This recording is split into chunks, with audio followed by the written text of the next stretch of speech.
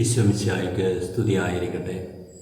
നിന്നെ ഒരു വലിയ ജനതയാക്കും എന്ന അനുഗ്രഹമാണ് അബ്രാഹാമിന് ദൈവം ഏറ്റവും ആദ്യമായിട്ട് കൊടുക്കുന്നത്.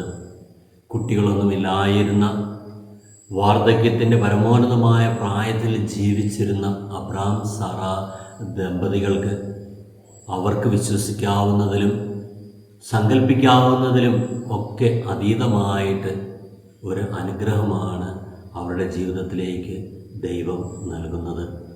നമുക്കറിയാം, തൻ്റെ വാഗ്ദാനങ്ങൾ പൂർത്തീകരിക്കുന്ന ദൈവം അബ്രാഹത്തിൻ്റെ 100ാമത്തെ വയസ്സിലാണ് ഇസഹാക്കിനെ നൽകി അവനെ അനുഗ്രഹിക്കുന്നത്. ഉൽപ്പത്തി പുസ്തകം അധ്യായം 21, 1-2 വചനങ്ങൾ ഇപ്രകാരം പറയുന്നു: കർത്താവ് വാഗ്ദാനമനുസരിച്ച് സാറായെ അനുഗ്രഹിച്ചു. വൃദ്ധനായ അബ്രാഹത്തിൽ നിന്നും സാറ ഗർഭം ധരിച്ചു.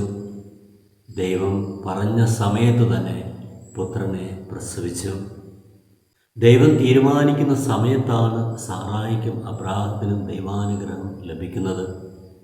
എൻ്റെ ജീവിതത്തിൽ പല കാര്യങ്ങളും ഞാൻ ദൈവ അനുഗ്രഹത്തിനായിട്ട് സമർപ്പിക്കാറുണ്ട്. അവ ലഭിക്കാതെ വരുമ്പോൾ ഞാൻ ദൈവത്തെ കുറ്റപ്പെടുത്താറുണ്ട്. ഞാൻ ആഗ്രഹിക്കുന്ന കാര്യങ്ങൾ എൻ്റെ സമയത്ത് ലഭിക്കണമെന്ന് ശാഠ്യം പിടിച്ചുകൊണ്ട് ദൈവസന്നിധിയിലായിരിക്കുമ്പോൾ പലപ്പോഴും അവയൊന്നും സാധിക്കാത്ത അവസ്ഥയിലൂടെയൊക്കെയാണ് ഞാൻ പലപ്പോഴും കടന്നു പോകാറുള്ളത്. ദൈവമേ, എൻ്റെ ഈ അവസ്ഥയെ അങ്ങയുടെ സന്നിധിയിലേക്ക് ഞാൻ സമർപ്പിക്കുന്നു. കർത്താവേ, അങ്ങിന്ന് എന്നെ പഠിപ്പിക്കുകയാണല്ലോ.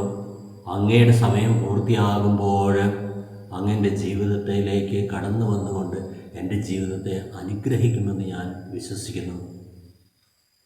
അനുഗ്രഹത്തിന് സ്രോതസ്സായ നല്ല ദൈവമേ, അങ്ങയുടെ സമയത്തിൻ്റെ പൂർത്തീകരണത്തിൽ സാറായെ അബ്രാഹത്തെയും അനുഗ്രഹിച്ചതുപോലെ എൻ്റെ ജീവിതത്തിലേക്ക് കടന്നു വന്ന് അങ്ങയുടെ സമയത്തിൻ്റെ പൂർത്തീകരണം നടത്തിക്കൊണ്ട് കർത്താവെ എന്നെ അനുഗ്രഹിക്കണമേ.